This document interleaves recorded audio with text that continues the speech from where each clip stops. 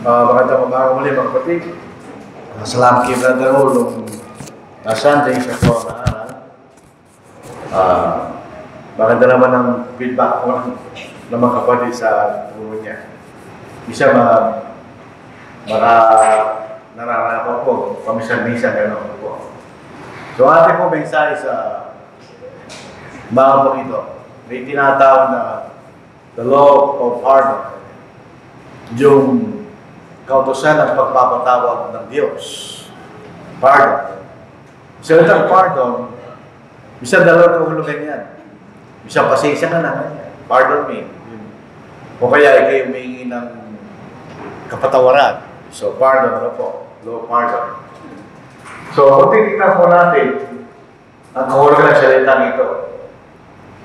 Yung pasinatay ng kautosan, ito isang bagay na ipinatutupad. Kautusan niya, hindi ba? Pag sinabi natin pardon, ito yung ginagawa ng pagpapatawad o pinatatawad sa isang pagkakamali o isang kasalanan. Kapag isang kasalanan o pagkakamali ay pinatawad, ito po ay kinakalimutan at ito po ay na-erase. Yun ang pardon. Pag sinabi natin pardon, yun ang ibig sabihin no. So, ito po isang synonym ng pagpapatawad. Pag tayo nagpatawad ng isang pagkakamali, pagkakasala na ginawa sa atin, ibig sabihin, kinakalimutan mo na yun at binubura mo na. Yun ang ibig sabihin no.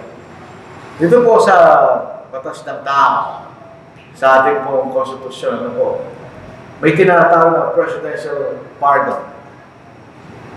Ito po yung nangyayari pag kayo nagkasala at dapat unahin na kayo nagkasala. Kinabilang ko, actually. Kumisan, kung meron pang capital punishment, tayo ka po ay nagkaroon ka ng kaparusahan ng kamatayan. Meron pong kapangyarihan ng Presidente ng Pilipinas, diba? Dito po sa Section 19, Article 7 ng Constitution.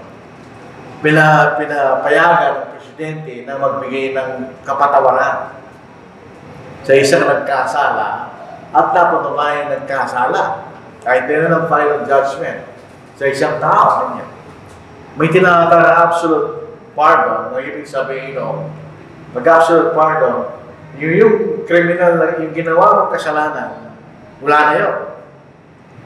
Binumbura na sa record ng talaan ng kasalanan, sabihin. So, sabihin, pag ikaw po ay binigyan ng absolute pardon ng Presidente ng Pilipinas, kung ikaw ay papatayin sa sila elektrika o babarilin ka, hindi na gagawin nyo.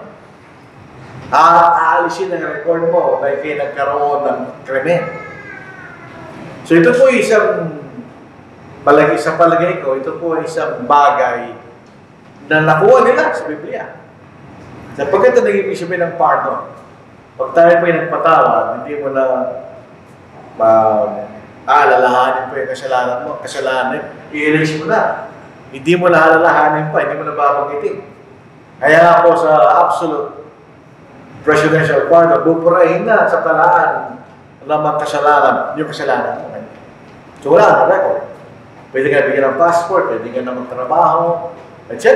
May lahat ng karapatan ng isang mamayan sa Pilipinas ay binabalik sa iyo. Dahil kinalimutan na yung kasalanan na ginawa mo ng Presidente ng Pilipinas.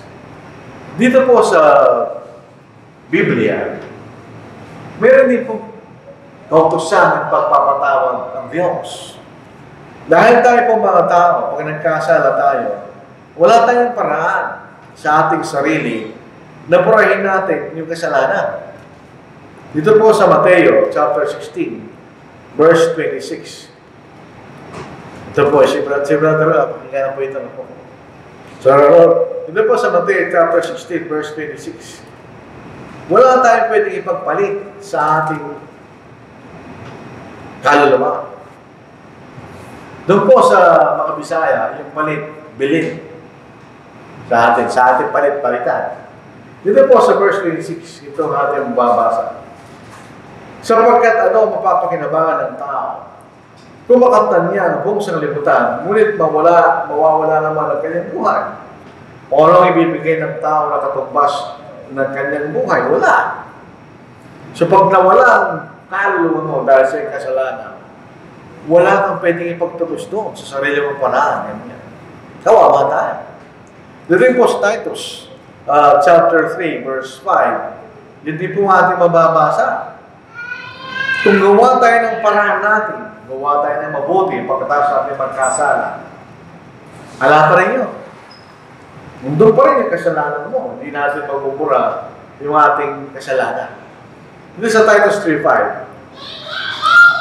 iniligtas niya tayo, hindi dahil sa magawa na ating ginawang sa katwiran, kundi ay sa kanyang kahamagan, sa pamamagitan ng paghugas ng muling kapanganakan at pagbabago sa pamamagitan ng Espiritu Santo. So, kahit anong gawin natin matuwid, pagkatapos natin ang kasala, andun pa rin yun, hindi mo mapumula. So, sa ating sariling paraan, hindi tayo wala tayong magagawa tungkol sa ating mga kasalanan. Dito po sa Romans, chapter 5, sabi ni Pablo, dahil nga po sa katotohanan na walang magagawang tao sa kanyang kasalanan, kaya po nangailangan ng biyaya ng Diyos. Kasi kung saan dumadami ang kasalanan kanya, doon din dumadami ang biyaya niya. Dahil wala nga po tayong paraan na patawan natin ang ating mga kasalanan sa ating sariling paraan. Kaya kailangan dumating ang Panginoon para tayo po iligtas. Di ba sabi po natin?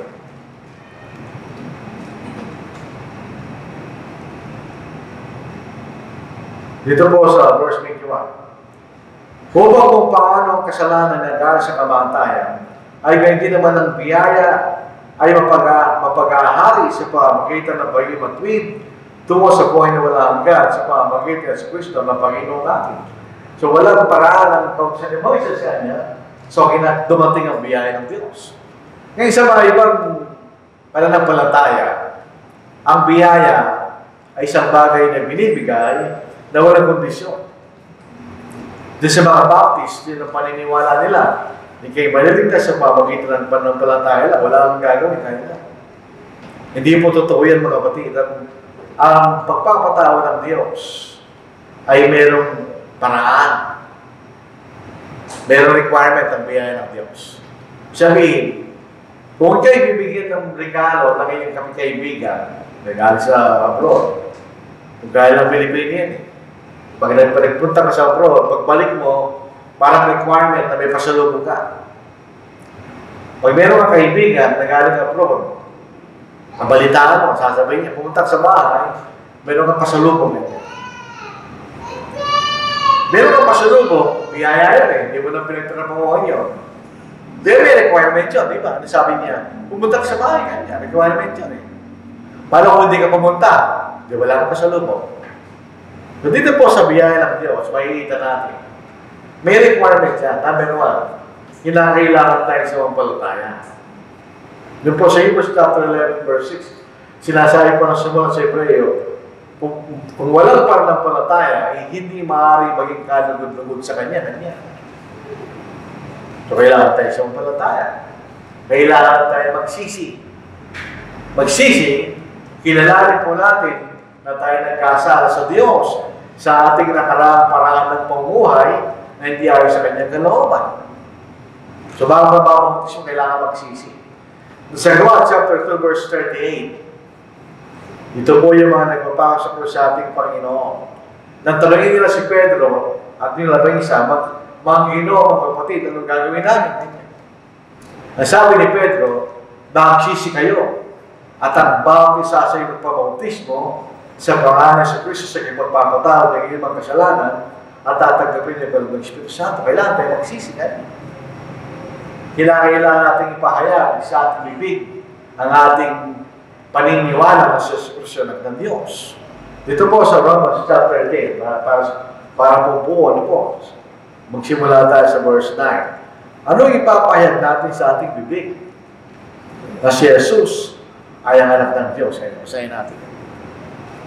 Sapagkat ito ipahayag mo sa pamamagitan ng bibig si Jesus na Panginoon at sasampalatayan ka sa iyong puso na binuhay siya muli ng Diyos mula sa mga patay, ay maliligtas ka. Sapagkat sa puso ang tayo nananampalataya, yun ang ating kaisipan, hindi mo lang nakakita, no? Kaya ito tinutuloy na ganap. At sa pamagitan ng bibig, ay nagpapalaya, kaya maliligtas. Pag ipinahalag mo ang iyong pananampalataya, doon pa lang malalaman na mga tao sa paligid mo na ikay sumasampalataya. Nung pinahalag ka ng Ebanghelyo, naniwala ka na noon, yun yung nasa iyong kaisipan. Pero hindi malalaman ng mga tao sa paligid mo na ikay sumampalataya. Kaya kailangan mo ipahayag sa iyong bibig kanya. At ang pinakahuli, kailangan tayo mabautismohan. Sabi ng iba, ang bautismo lang po ay hindi nagliligtas. Hindi totoo yun. Mababasa po natin sa Biblia, lalo po rito sa ating bagong salin, ang bautismo ay nagliligtas. Hindi siya nagliligtas sa kanyang sarili. Kung hindi ka naman sumampalataya, hindi ka nagsisi, hindi mo pinahayag ng pananampalataya, hindi ka pa rin maliligtas. Pero sabi po rito, pag ginawa natin yan, at tayo nagpabautismo, sabi po sa atin ni Pedro, at ang bautismo na siyang kalarawan nito ang nagliligtas sa inyo ngayon, hindi sa pag-aalis ng karamihan sa laman, kundi bilang paghiling sa Diyos ng isang malinis na budhi sa pamagitan ng muling pagkabuhay ni Jesucristo. Kailangan tayo pabautismo. Ito'y appeal sa kapangyarihan ng Panginoon na alisin ng ating mga kasalanan, kaya magkakaroon tayo ng malinis na budhi. Pag ginawa natin yun, doon pala natin makakaptan ng biyaya, ng kaligtasan. So, hindi po biyaya na wala kang gagawin. Mayroong requirement ang biyaya ng Diyos. Ginawa natin yan, nandun ang biyaya ng kaligtasan. Ika'y ililigtas sa iyong mga kasalanan. May katanungan, mga kapatid. So, illustrate lang natin, bago tayo pumunta to. Dito po dalawang bagay po ito eh. Yung sa Revelation 5, sinasabi po ito, hinugasan ang ating mga kasalanan, dugo ng Panginoon. Doon po sa Matthew 20 verse 28, sabi ng Panginoon, sapagkat ito ang parang tipan sa aking dugo, kanya na ibinubuhos para sa kapagpapatawad ng kasalanan ng marami, kanya. Yun ay patungkol sa dugo ng Panginoon. Pagdating po sa bautismo, ang bautismo ay naghuhugas nila magkasalanan. Nang si Apostle Paul, sa ulo pa ng panahon na yun, ay nag-aatubili na sumunod. Ang sabi ni Ananias, ano pang hinihintay mo kanya? Tumindig ka at magbabautismo at hugasan mo yung mga kasalanan na tumatawag sa kanyang pangalan. At doon po sa Acts 2:38, binanggit natin kanina, magsisi kayo at ang bawat sa iyo bautismo sa pangalan sa Kristo sa pagpapatawad ng inyong mga kasalanan. Pareho nagpapatawad yung dalawa, yung dugo at bautismo. Yung ba'y nangahulugan na may dalawang paraan ng kaligtasan? Hindi ang sagot yan na hindi. Pag tayo po inabautismohan, doon tayo lumalapit sa dugo ng ating Panginoon. So ang bautismo paraan ng Diyos, para ang dugo ng Panginoon ay hugasan ng ating mga kasalanan. Parang yung pong sa Old Testament na pinuno ng Syria na may ketongin. Ang sabi ni Elisha, yung pong propeta sa panahon na yun, pumunta ka sa ilog ng Jordan, magluglog ng 7 beses kanya, at mananauli ang iyong balat kanya. Tanong, yung bang tubig ang naglinis sa kanya? Hindi. Sino ang Diyos? Pero ang paraan ng Diyos, kailangan niya niluglob ang kanyang sarili ng 7 beses doon. Ganun din ang bautismo. Yun ang paraan ng Diyos para tayo mapatawad sa ating mga kasalanan sa pamamagitan ng dugo ng ating Panginoon. Kaya nagsasabi, bautismo din nagliligtas. Hindi nila alam ang Biblia. Basahin po natin Romans chapter 6. Ito po ating bababasa. O hindi ba kinalaraman na tayong lahat na mga nabautismo kay Kristo Jesus ay nabautismo tungo sa kanyang kamatayan, kanya. So, nabautismo tayo tungo sa kamatayan ng Panginoon. Kaya tayo nilibing na kasama niya sa pamamagitan ng bautismo tungo sa kamatayan, na kung paano si Kristo ay muling nabuhay mula sa mga patay sa pamamagitan ng kalahatian na naman, kaya hindi naman tayo makalakad sa panibagong buhay. Sapagkat kung tayo naging kasama niya na katulad ng kanyang kamatayan, ay magkagayon din naman tayo sa kanyang muling pagkabuhay kanya. So, doon tayo nagkaroon ng panibagong pamumuhay. Bakit? Dahil nabinura ng Diyos ang ating mga kasalanan. Kaya tayo pinanganak na muli. Yun ang born again. Hindi naintindihan ng mga tao nagsasabi sila born again, Christian kanila. So, yun ang paraan ng Diyos para makarating tayo sa kanyang biyaya. Kaya sinasa yung bautismo ay nagliligtas sa atin ngayon. Ito'y sa pamagitan ng ating Panginoon. Paano kung nagkasala tayo? Kung tayo Kristiyano na tayo nagkasala, gagawin natin. Pinatawad na tayo ng Diyos sa ating kasalanan. Nung tayo na bautismohan, tayo nagkasala, ang gagawin natin. Dito po sa unang 1, chapter 1, verse 7, verse 10. Ngunit kung tayo na malakad sa liwanag, pasilipin nyo, tayo na malakad sa liwanag. Sabihin, pinagsisikapan natin lumakad sa totoo. Natulad niya nasa liwanag, may pahingisama tayo sa isa't isa, at ang dugo ni Jesus na ng kanyang anak, ang lumilisan sa atin sa lahat ng kasalanan. In other words, ang kondisyon para linisin ni Kristo ang ating mga kasalanan pagkatapos tayo maging Kristiyano, ay kung tayo lumalakad sa katuwiran, makita natin. So, yung sinasabi rito, maaari pa rin tayo magkamali pagkatapos sa ating mga bautismohan. Eh, kung na-bautismohan tayo, tapos namatay ka na, wala na problema na. Wala kang kasalanan eh. Pero kung nabuhay ka pa at nagkamali ka, ito sinasabi ng lipad din siya. Kung tayo lumalakad at susumikap at sumunod sa kalooban ng Diyos, pagkatapos natin mabautismohan, di natin pwedeng sabihin na di tayo magkakamali. Once upon a time, meron kami nakilala sa paniki noon. Malapit tayo sa Kamiling. Miyembro siya ng Church of God. Pag sinasabi niya, kami ay nasa Espiritu Santo, hindi kami maaaring magkasala kanya. Sabi ko, sino nagsabi sa'yo? Ang Espiritu Santo ba? Pero binasa natin ito. Kung sinasabi natin tayo walang kasalanan, dinadahin natin ang ating sarili at ang katotohanan ay wala sa atin. Pasilin natin, kasama siya Pastor John.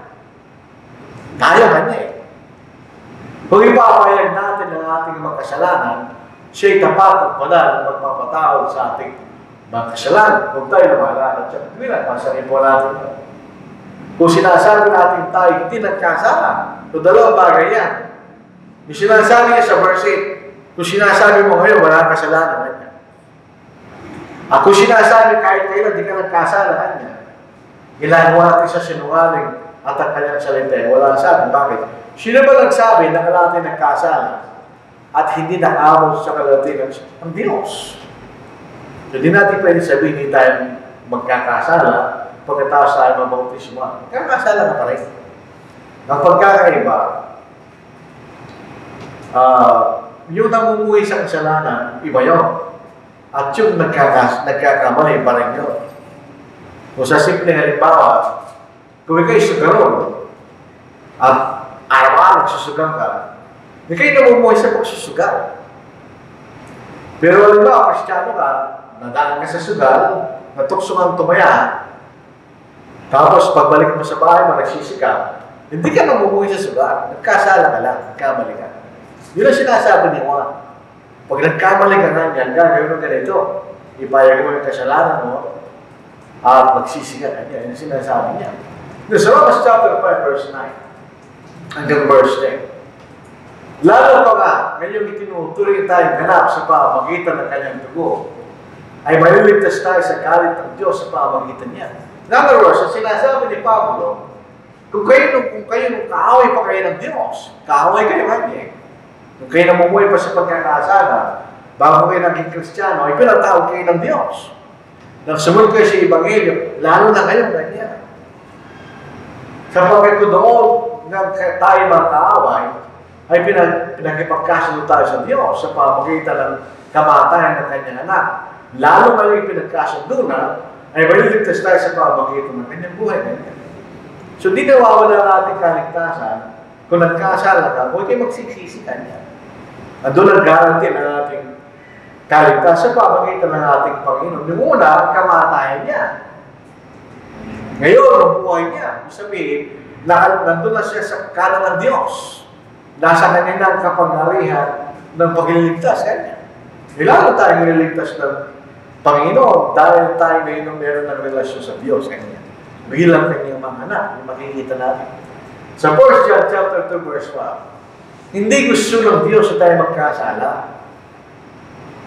Kaya ka niligtas tayo ng Diyos para namamatay sa panibagong buhay, ayaw niya na tayo magkasala.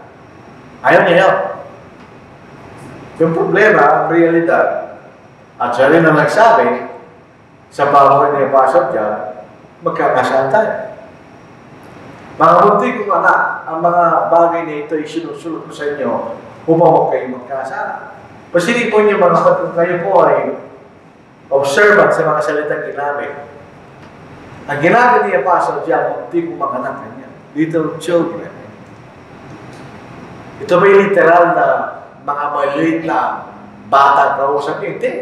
Ito yung mga Kristiyano na meron ng kaisipan. Bakit tinawag niya munti kong mga anak? So, kung papasilin niyo yung mga salitang ginamit ng Espiritu Santo, o sinasabi ng children, ganyan, binibigyan tingin lang ng kayo sumunod. Yung pong pinakapasunuring mga tao ay maliliit na bata. Tandaan natin yun. Munti ko mga anak ang mga bagay na hindi sinusulat ko sa inyo upang tayo huwag magkasala. Ngunit kung sino man ay magkasala, tayo may tagapagtanggol sa harap ng Ama siya sa Kristo na siyang matuwid. Pasilin natin, ang Diyos ang upo. Kaya nagkasala. Sino ang abogado mo? Ng ating Panginoon. Kaya yung pinag-uusapan ngayon na sa Senado, mali sila. Hindi sila abogado na sasaktan. O kung sila, o kung walang ginagawa yan. Umahatol lang yan. So, depende sa ebidensya. Di ba? Ganon din yan. Kung nagkasala tayo, ang Panginoon ang umaharap sa atin. Siya ang kabayaran dahil siya ang nagbayad sa ating mga kasalanan. Siya ang kabayaran para sa ating mga kasalanan at hindi lang para sa atin, kundi para din sa kasalanan na buksang libutan. Dito natin nakikita yung dalawang paraan ng pagpapatawad ng Diyos. Yung mga hindi pa Kristiyano, yung nabuk sa kalibutan, at yung mga Kristiyano. Kung inisip natin, magkamali tayo, hindi na tayo patatawarin. Eh, karapyado tayo sa hindi Kristiyano. Pinapatawad sila ng Diyos eh. So, patatawarin din tayo ng Diyos. Kung gagawin natin ang kondisyon, sinasabi niya doon sa binasa natin kanina, na ipayag natin ang ating mga kasalanan. At meron din po tayong gawain sa ating mga kapatid. Sa Galatians 6:1. Mga kapatid, kung ang isang tao ay natagpuan sa namang pagsuway, kayong mga espiritual, ay bilang sabihin, kayo may edad na sa pananampalataya, kayo mga spiritually mature, ay dapat papanambalikin sa espiritu ng kamuan. Tingnan lang yung sarili mo kaya kayo batok sarili. Ano yung ibig sabihin ng espiritu ng kamuan?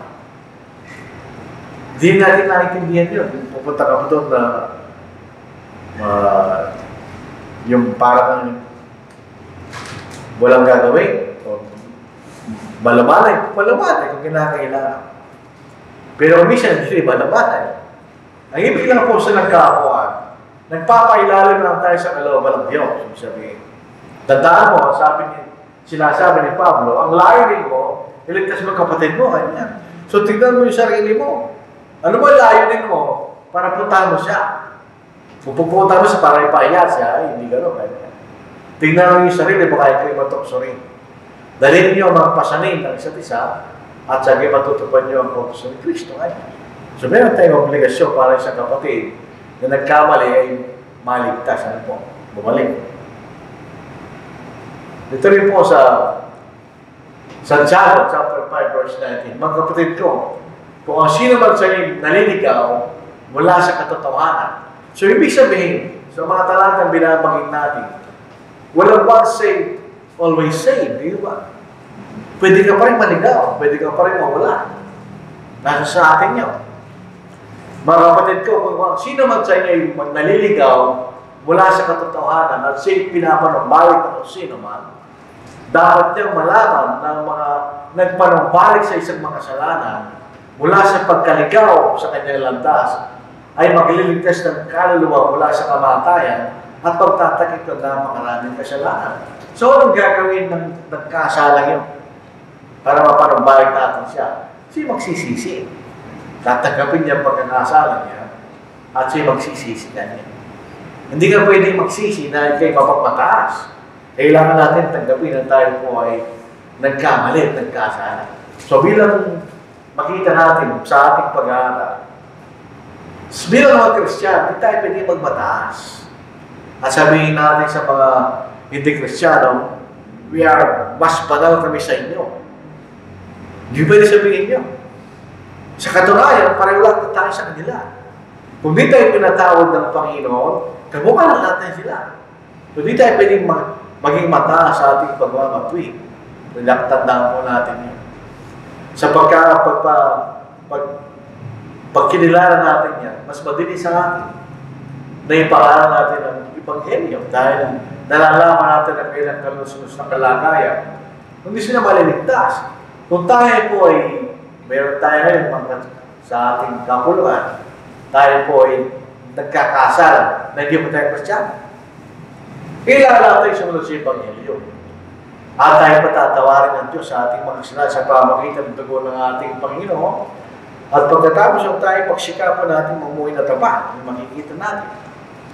Kung tayo ay Kristiyano at tayo nagkakasala, na posibleng mangyari dahil sinasabi sa pinasa natin, kailangan lang tayo magsisi sa ating mga pagkakasala at ang dugo ng Panginoon ay magpapatawad sa ating mga kasalanan.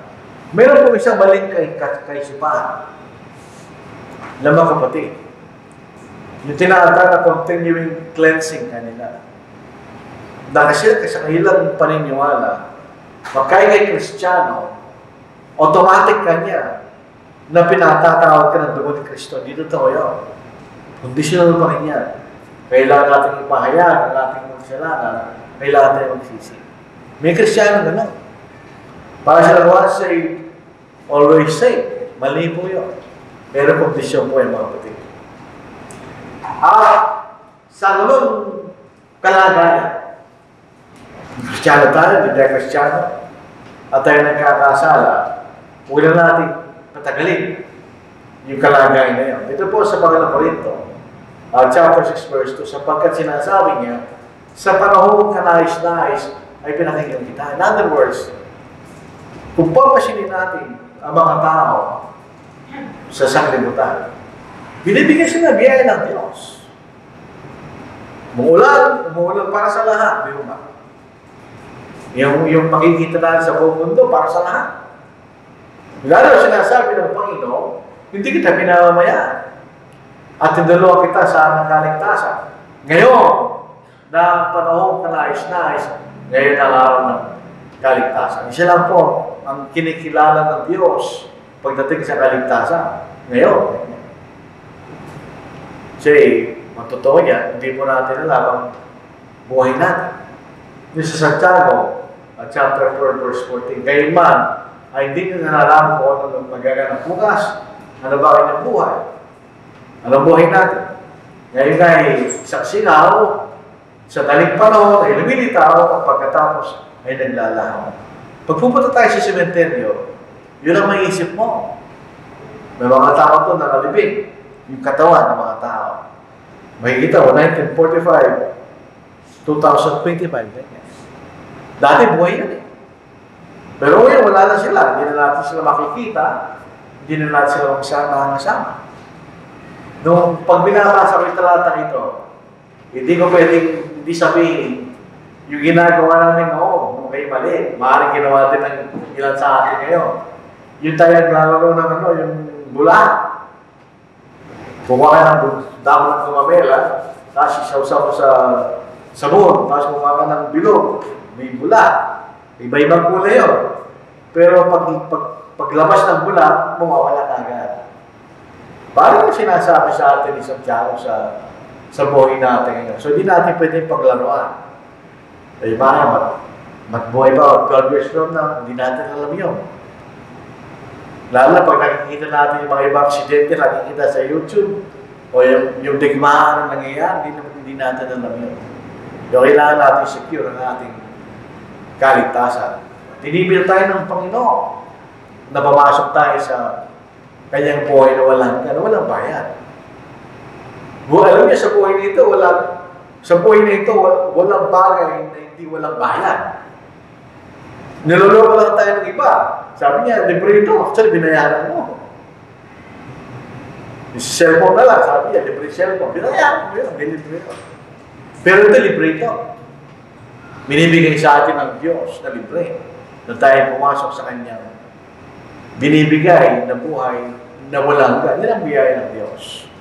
So sana po tayo pagdating ng Panginoon, nandun tayo sa loob. Mula tayo sa labas. So ito po ang ating mensahe po sa mga pangito. Alam niyo, magandang pag-usapan natin. Mahal sa susunod na linggo. Dahil po doon sa gera nangyayari sa Middle East at nananalo ba sa Israel, maraming nagsasabi na kaya naman nananalo ba sa Israel sapagkat ito ang bansa ng Diyos. Sa katotohanan, hindi. Yung bansang Israel na nakikita natin sa Middle East, hindi yan ang bansang Israel sa Biblia. Hindi sila. Matagal na wala yung bansang yun, mga kapatid. So yung bansang nangyayari digmaan sa Middle East ay walang kahulayan sa Biblia. Siya nakikita ko yung mga bali-balita, sabi nila, ito sinasabi ng Biblia, hindi tayo mawawagi laban sa bansang Israel sa digmaan kanila. Wala sinasabi gano'n ng balak salatan. So ito po ang ating mensahe. Balik natin muli kay Brother Raul sa panguna po ng pagpapaawi.